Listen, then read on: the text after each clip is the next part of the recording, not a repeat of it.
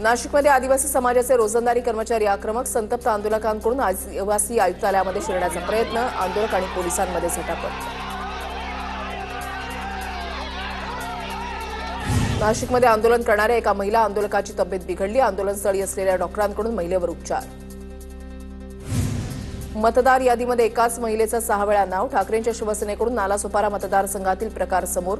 सुषमा गुप्ता या एकाच महिलेचं मतदार यादीमध्ये 6 वेळा नाव. ठाकरेंच्या शिवसेनेच्या प्रवक्त्या जयश्री शेळकेंचं ट्विट.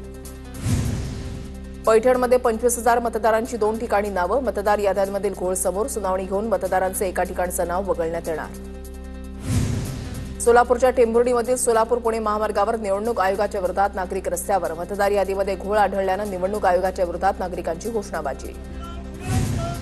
उपमुख्यमंत्री अजित पवार 16 ऑगस्टला सांगली जिल्ह्याच्या दौऱ्यावर. अजितदादांच्या उपस्थितीमध्ये जिल्हा कार्यकर्ता मेळावा होणार. भिवंडीमध्ये मतचोरीच्या विरोधात समाजवादी पक्षाचं संविधान वाचवण्यासाठी धरणं आंदोलन. आंदोलनकर्त्यांची निवडणूक आयोग आणि भाजप विरोधात घोषणाबाजी. धाराशिवमध्ये मंत्री प्रताप सरनाईक यांनी विजेचा धक्का लागून मृत्यू झालेल्या व्यक्तीच्या कुटुंबियांची भेट घेतली. खामसवाडी इथल्या दत्तात्रय गुंड यांचा शॉक लागून मृत्यू. मंत्री सरनाईकांकडून 5 लाखांची मदत. अधिकारी आणि वाळू माफिया यांच्यामधील कनेक्शन थांबल्यास वाळू चोरी थांबेल. सिंधुदुर्ग दौऱ्यावर असलेल्या महसूल मंत्री बावनकुळेंची प्रतिक्रिया. शेतकऱ्यांच्या कर्जमाफीसाठी जिल्ह्यातील प्रत्येक ग्रामपंचायतीनं 15 ऑगस्टच्या ग्रामसभेमध्ये ठराव घ्यावा. धाराशिव जिल्ह्यातील शेतकऱ्यांना ठाकरेंच्या शिवसेनेचे आमदार कैलास पाटील यांचं आवाहन. लातूरमध्ये छावा संघटनेकडून अजितदादांच्या राष्ट्रवादीच्या विरोधात आंदोलन. सुरज चव्हाणांच्या नियुक्तीचा छावा संघटनेकडून निषेध. सुनील तटकरेंच्या प्रतिकात्मक पुतळ्याचं दहन करत निषेध. लातूरमध्ये परिवहन मंत्री प्रताप सरनाईक यांच्याकडून मनोज जरांगेंची भेट. यावेळेला शिवसेना कार्यकर्त्यांकडून सरनाईकांचं जंगी स्वागत. मुंबई आंदोलनाच्या नियोजनासाठी मराठा समाजाची चावडी बैठक. मनोज जरांगेंच्या नेतृत्वात मराठा आरक्षणासाठी 29 ऑगस्टला मुंबईमध्ये मोर्चा काढला जाणार.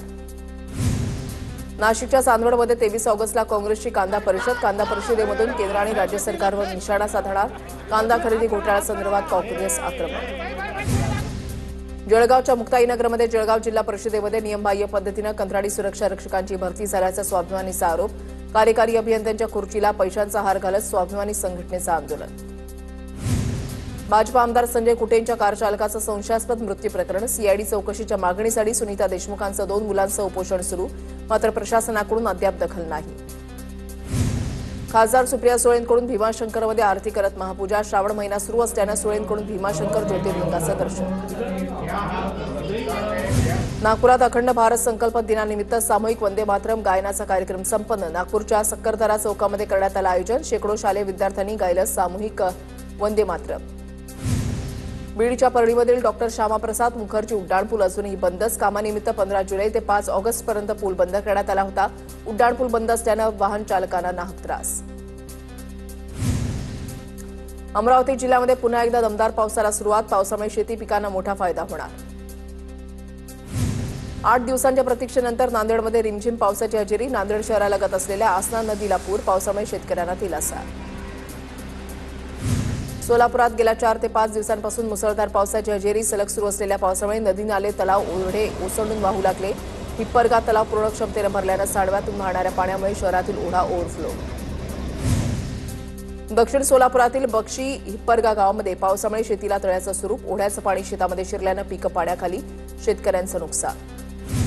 धाराशिवमधील नळदुर्ग किल्ल्याच्या पाणी महालमधील नरमादी धबधबा प्रवाहित. धबधबा पाहण्यासाठी पर्यटकांची गर्दी. मराठवाडा आणि विदर्भाच्या सीमेवरील इसापूर धरण 94% भरलं. धरणातून 4,900 क्युसेक पाण्याचा पैनगंगा नदीमध्ये विसर्ग. चंद्रपूर जिल्ह्यामध्ये मागील 24 तासांपासून मुसळधार पावसाची हजेरी. दाताळा इथल्या नाल्यामध्ये पडून एका युवकाचा मृत्यू. साताऱ्यामधल्या मालोशी आणि परमळे पठार परिसरातील निसर्ग श्रावणामध्ये बहरला. आकाशात दाटून आलेल्या ढगांचं विहंगम दृश्य ड्रोन कॅमेऱ्यामध्ये कैद. नांदेडच्या गोवर्धन घाट पुलावर संरक्षण जाळ्या बसवल्या. गोदावरीवरील नदीपात्रामध्ये होणारे आत्महत्येचे प्रयत्न रोखण्यासाठी प्रशासनाचं पाऊल. जळगावच्या भुसावळमधील हतनूर धरणाच्या पाणलोट क्षेत्रामध्ये 187 मिलीमीटर पावसाची नोंद. धरणाच्या 2 दरवाजांमधून 2000 क्युसेकनं तापी नदीपात्रामध्ये विसर्ग.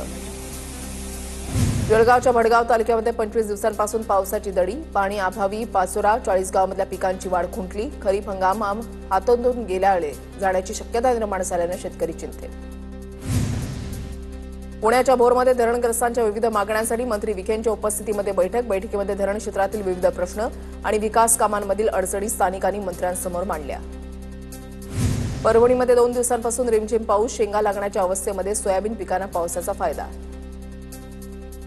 नारायणगाव पुणे बसमध्ये प्रवाशांमध्ये तुंबळ मारहाण, बसमध्ये गर्दी असल्यानं बसण्याच्या वादातून हाणामारी झाल्याची माहिती. पुण्यामध्ये कलाविष्कार आर्ट अकॅडमीच्या माध्यमातून 5,000 पानांची ऑपरेशन सिंदूरची प्रतिकृती, 15 ऑगस्टच्या निमित्तानं साकारलेल्या प्रतिकृतीवर कर्णबधीर विद्यार्थ्यांनी हाताने ठसे उमटवले. साताऱ्यामधल्या वाठार स्टेशनमध्ये अधिकाऱ्यासोबत कर्जदारांचा वाद, पतसंस्थेमधून जप्तीसाठी आलेल्या वसुली अधिकाऱ्यासोबत कर्जदारांकडून धक्काबुक्की, पतसंस्थेनं कागदपत्रांचा चुकीचा वापर करून कर्ज लाटल्याचा आरोप, दीर्घकाळ थकबाकी न फेडल्यानं जप्तीची कारवाई. नागपूरच्या नंदनवन परिसरामध्ये पैशाच्या वादातून नशेमध्ये असलेल्या व्यक्तीची डोक्यामध्ये दगड घालून हत्या, एक संशयित आरोपी पोलिसांच्या ताब्यात. नाशिकच्या सायखड्यामध्ये ट्रकमधून डिझेल चोरणाऱ्या टोळीचा पर्दाफाश, सायखडा पोलिसांकडून 1 जण ताब्यात. 2017 मधील बैलगाडा शर्यत बंदी विरोधातील आंदोलन प्रकरणी 32 जणांवर अटक वॉरंट, दखल गुन्ह्यामध्ये न्यायालयामध्ये उपस्थित न राहिल्यानं कारवाई. अटक वॉरंटमध्ये आमदार महेश लांडगे, दिलीप मोहिते, शिवाजीराव पाटील आणि बाळा भेगडेंचा समावेश. जळगावच्या बोरनार शिवारामध्ये वन्य प्राण्यांचा धुडगूस, नीलगाय आणि रानडुकरांकडून मक्याच्या पिकांचं मोठ्या प्रमाणात नुकसान, वन्य प्राण्यांचा बंदोबस्त करण्याची शेतकऱ्यांची वन विभागाकडे मागणी. नाशिकच्या दिंडोरीमध्ये अनेक घरांना हादरा बसल्याची घटना, सुखोई लढाऊ विमानांच्या आवाजामुळे हादरे बसल्याची पोलिसांची माहिती. आवाजाच्या दाबानं अनेक घरांच्या काचा फुटल्या.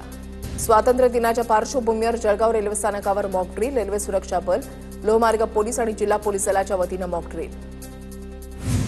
3 विषयामध्ये पैकीच्या पैकी गुण तरीही नापास, नागपूर विद्यापीठाच्या भोंगळ कारभारावर उच्च न्यायालयाचे ताशेरे, विद्यापीठ आणि संबंधित महाविद्यालयाला नोटीस.